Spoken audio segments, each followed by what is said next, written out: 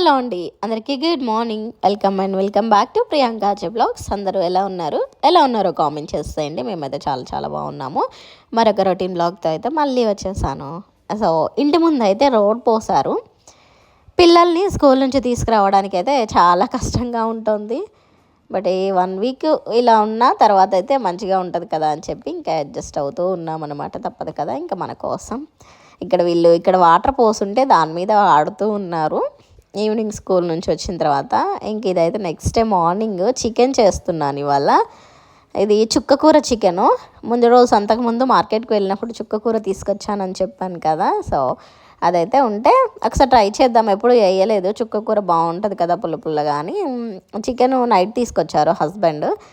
ఇంకా తను వచ్చేసరికి 9 o'clock అయింది. అప్పుడు చేయడం ఎందుకులే అని చెప్పేసి మంచిగా కలిపి పెట్టేశాను స్పైసెస్ అన్నీ వేసి. ఇంకా మార్నింగే ఇక్కడ కర్రీ అయితే చేస్తున్నాను. కొంచెం ఫ్రై చేశాను, ఇంకా కొంచెం గ్రేవీ కర్రీ అయితే చేశాను బ్రేక్ఫాస్ట్కి అండ్ లంచ్కి కూడా సరిపోతుంది కదా అని. చుక్కకూర చికెన్ ఫస్ట్ టైం చేశాను. బాగుంది, టేస్ట్ కూడా పుల్ల పుల్లగా. మీరు ట్రై చేయకపోతే ఒకసారి ట్రై చేయండి. మెత్తగా ఉడికిపోయింది. అసలు చుక్కకూరే బాగుంటుంది.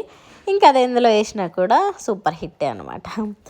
ఇంకా రాగి దోశ వేస్తున్నాను. మంచిగా తింటూ ఉన్నారు అందరూ. ఇంకా వాళ్ళకైతే వేసి ఇచ్చేస్తున్నాను వేడివేడిగా. ఇలా అసలు ఇంట్లో వాళ్ళందరికీ మంచిగా వేడివేడిగా వేసి ఇచ్చేసి తర్వాత మనం కూర్చొని తింటే చాలా హాయిగా అనిపిస్తుంది. వాళ్ళందరూ మంచిగా తినేశారు అని చెప్పి అదొక తృప్తిగా ఉంటుంది అన్నమాట నాకైతే. ఇంక ఇక్కడ పిల్లలకి కూడా వేసి ఇచ్చేసాను. దోశ అయితే వాళ్ళే తినేస్తారు, నేను పెట్టాల్సిన అవసరం లేదు. ఈవినింగ్ టైంకి గ్రౌండ్కి అయితే వెళ్తున్నాము. గ్రౌండ్కి కాదు, క్రికెట్కి అయితే ఆడటానికి వెళ్తున్నాం అనమాట అందరము. ఇక్కడ మా కాలనీలో ఉండే వాళ్ళందరం. కొంతమంది అయితే కొంచెం కుదిరిన వాళ్ళ వరకు అయితే వచ్చాము, కొంతమందికి కుదరలేదనమాట. అందరం వచ్చేసాము. ఇక్కడ కొంచెం కాసేపు ఒక 1 hour అలా టైం స్పెండ్ చేద్దాం కదా అని చెప్పేసి పిల్లల్ని తీసుకొని వచ్చేసాము. సండే ఇంకా అందులో. సో ఫుల్గా ఆడుకున్నాము, చాలా బాగా ఎంజాయ్ చేసాము. అప్పుడప్పుడు ఇలా ఆడుతూ ఉండాలి. వచ్చినా రాకపోయినా మనకు రాదు ఎలాగో, బట్ అయినా కూడా ఏదో అలా వచ్చిన ఫీలింగ్తో అలా ఆడుతూ ఉండాలన్నమాట. సో చూడండి, ఇక్కడ ఏదో నాకు పెద్ద బౌలింగ్ వచ్చినట్టు అలా ఉండాలి. ఏం చేస్తాం, అప్పుడప్పుడు మనలో ఉన్న టాలెంట్ అంతా బయటికి తీయాలన్నమాట ఇలాంటి టైంలో.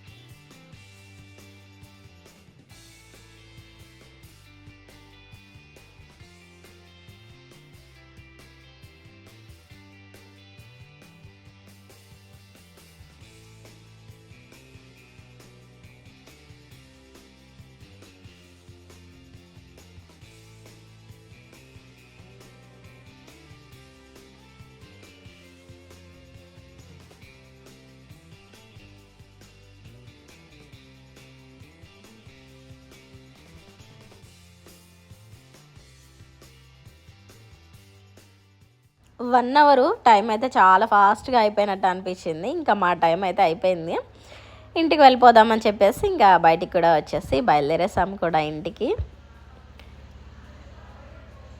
ఇంటికి వచ్చేటప్పుడు ఇలా సోంపాపిడి అండ్ ఐస్ క్రీమ్స్ ఇవన్నీ తీసుకొని వచ్చాము. వచ్చిన తర్వాత ఇంక ఇక్కడ కూర్చొని పిల్లలు అందరం తింటూ ఉన్నాము.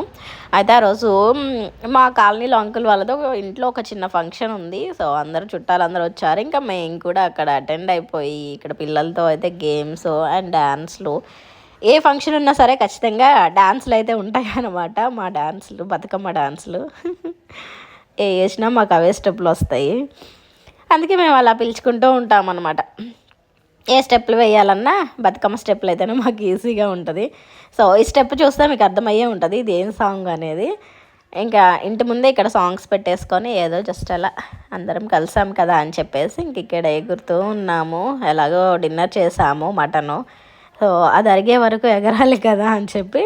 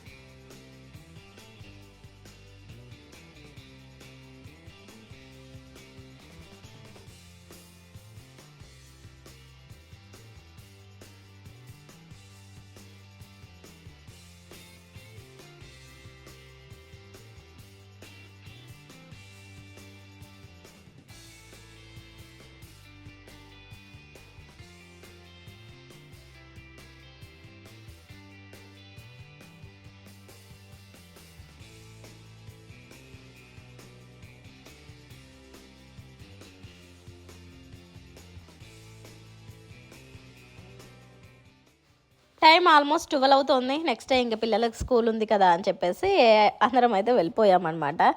సో ఇది ఇవాల్టి వీడియో ఎలా అనిపించిందో చెప్పండి. నచ్చితే తప్పకుండా లైక్ చేయండి. ఇంకా మన ఛానల్ కూడా సబ్స్క్రైబ్ చేసేసుకోండి. మళ్ళీ నెక్స్ట్ వీడియోతో కలుస్తాను.